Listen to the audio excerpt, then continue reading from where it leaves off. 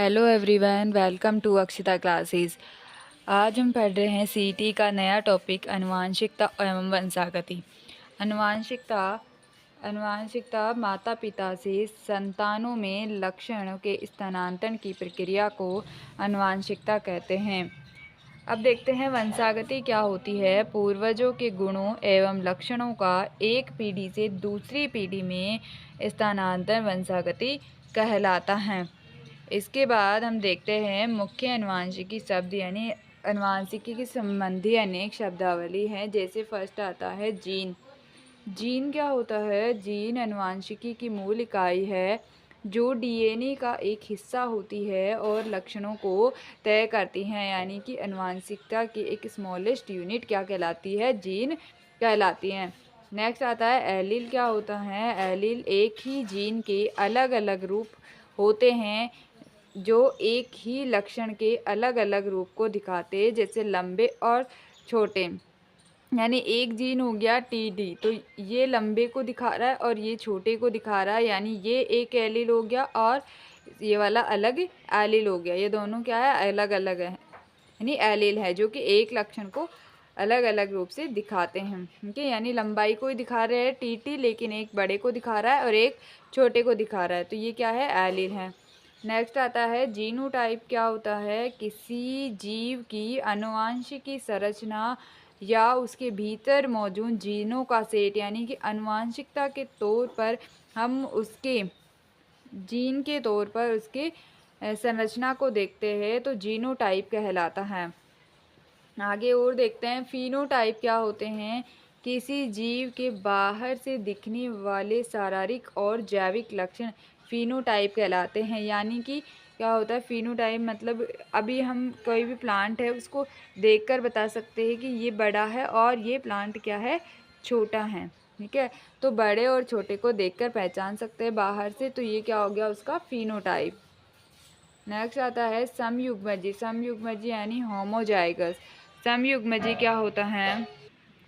समयुग्मजी मतलब जब किसी लक्षण के दोनों एलील एक जैसे हों, यानी दोनों एलील जब किसी लक्षण के दोनों एलील एक ही जैसे हो, यानी या तो वह टीटी हो या फिर स्मॉल टीटी हो, तो ये क्या कहलाते हैं? होमोजाइगस कहलाते हैं, समयुग्मजी कहलाते हैं। नेक्स्ट हम देखते हैं विषम युग्मजी यानी हेटेरोजाइगस। क्या होते हैं? जब किसी लक्षण के दोनों एलील अलग अलग हो, यानी एक टी ऐसा हो और एक टी ऐसा हो, यानी अलग अलग होते हैं, तो उन्हें बोलते हैं हेटेरोजाइगस यानी विषम युग्मजी। अब आगे आता है प्रभावी लक्षण क्या होते हैं या डोमिनेंट क्या होते हैं। वह एलील जो दूसरे के सामने खुद को व्यक्त कर सकता है। प्रभावी यानी क्या होता है? डोमिनेंट यानी कि दूसरों के सामने अपने आप को एक्सप्रेस करने वाला कहलाता है डोमिनेंट। नेक्स्ट है अप्रभावी यानी रिसेसिव। वह एलील जो प्रभावी एलील के छिप जाने के कारण खुद को नहीं दिखा सकता। यानी कि कोई ऐसा एलील है जो कि अपने आप को एक्सप्रेस कर रहा है, तो वह प्रभावी होगा, और जो अपने आप को एक्सप्रेस नहीं कर पा रहा है, उस प्रभावी के होने पर वह अप्रभावी छिप जाता है, अपने लक्षण एक्सप्रेस नहीं कर पाता है, तो वह अप्रभावी एलील होता है। जैसे कि इस टी के सामने ये टी हो गया, यानी अब इसका ओवरऑल क्या आएगा कि ये प्लांट कैसा है? लंबा ही आएगा, क्योंकि इसके अंदर क्या हो रहा है? ये छोटे वाला अप्रभावी है, अर्थात अपना लक्षण एक्सप्रेस नहीं कर पा रहा है। नेक्स्ट हम देखते हैं, अब देखते हैं ग्रेगर जॉन मेंडल, जिसे आनुवांशिकी का क्या कहा जाता है? जनक यानी फादर ऑफ जेनेटिक कहा जाता है। इनके बारे में देखते हैं कि इनका जो जन्म हुआ है वह 20 जुलाई 1822 को स्थान है ऑस्ट्रेलिया में हुआ है। इनके पिता एंटोन मेंडल है। पेशा है इनका पुरोहित, यानी ये क्या है? एक साइंटिस्ट, वैज्ञानिक है। इन्हें आनुवांशिकी का जनक कहा जाता है। प्रमुख कार्य हैं मटर के पौधों पर आनुवांशिकता के नियमों की खोज इन्होंने करी थी। इनकी मृत्यु हो गई थी 6 जनवरी 1884 को।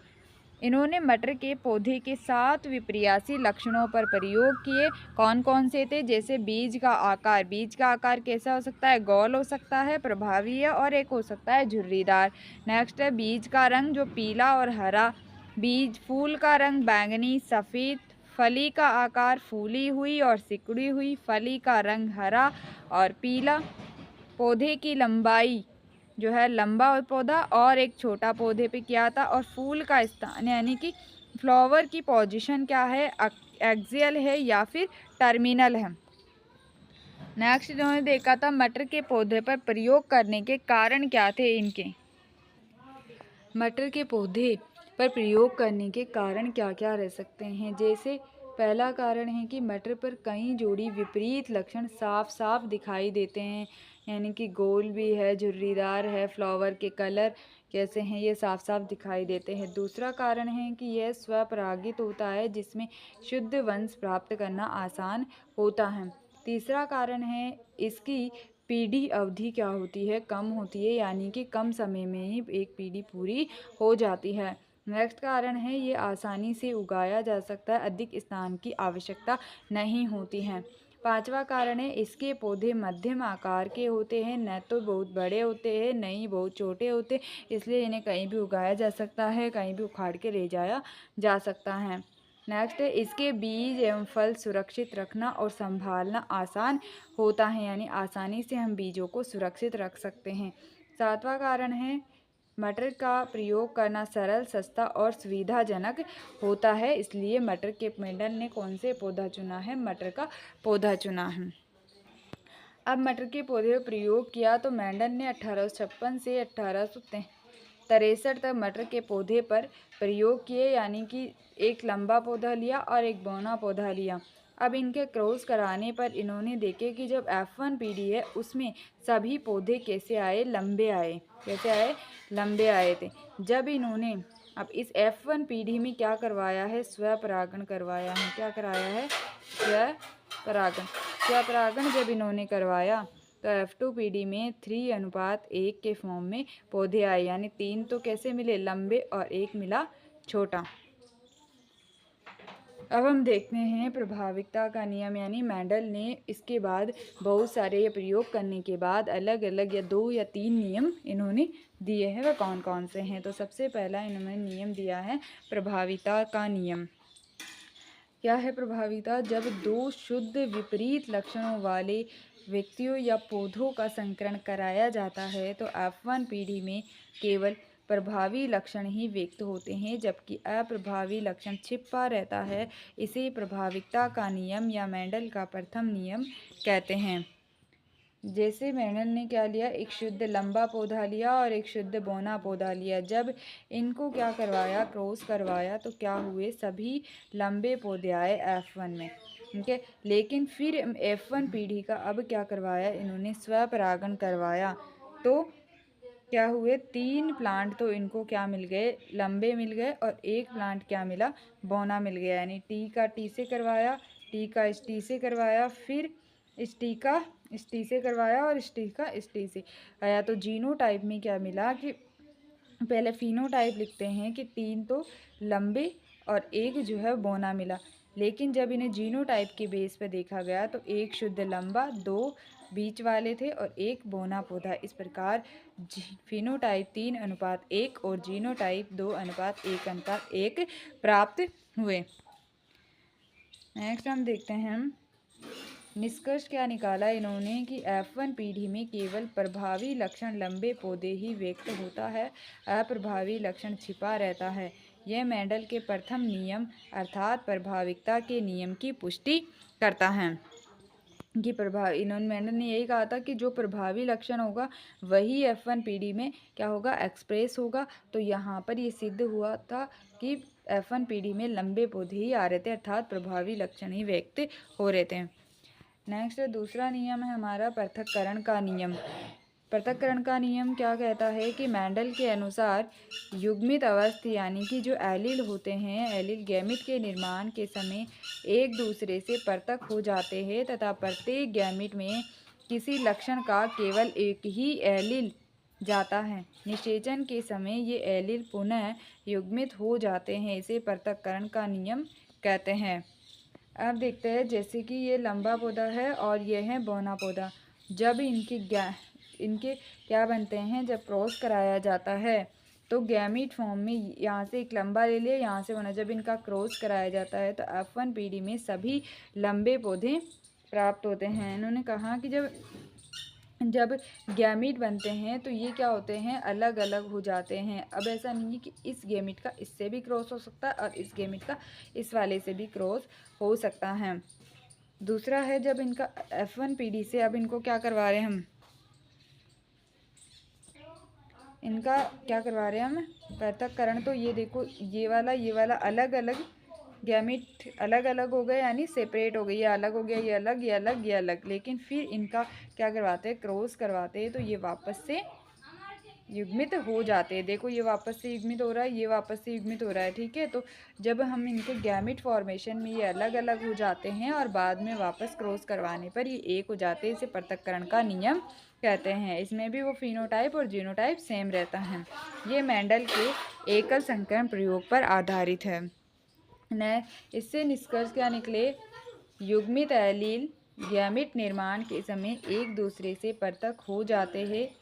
दूसरा निष्कर्ष निकाला कि प्रत्येक गैमीट में किसी लक्षण का केवल एक एलील जाता है, यानी एक एलील जाएगा एक बार में।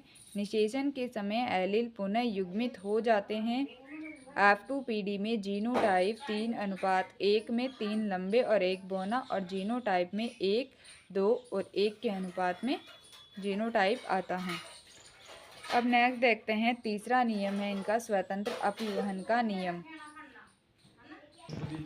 नेक्स्ट देखते हैं स्वतंत्र अपरिवहन का नियम क्या है कि परिभाषा इसकी, मेंडल के अनुसार गुणसूत्रों की किसी एक जोड़ी द्वारा अपव्यूहित या अलग किए लक्षणों का दूसरी जोड़ी के लक्षणों से कोई संबंध नहीं होता, अर्थात एक लक्षण के अपव्यूहन दूसरे लक्षण के अपव्यूहन स्वतंत्र रूप से होता है। सिद्धांत में मेंडल का स्वतंत्र अपव्यूहन का नियम कहते हैं।